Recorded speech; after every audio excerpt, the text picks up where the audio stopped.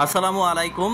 বহুল প্রত্যাশিত online স্পোকিং guarantee batch আজকে রাত 10:30 বিশেষ লাইভের মাধ্যমে জানিয়ে দেওয়া হবে কবে থেকে ব্যাচটা শুরু হচ্ছে এবং ব্যাচের কোর্স ফি কেমন হবে এবং কি পরিকল্পনা থাকছে এই ব্যাচ নিয়ে সব কিছু লাইভে শেয়ার করা হবে।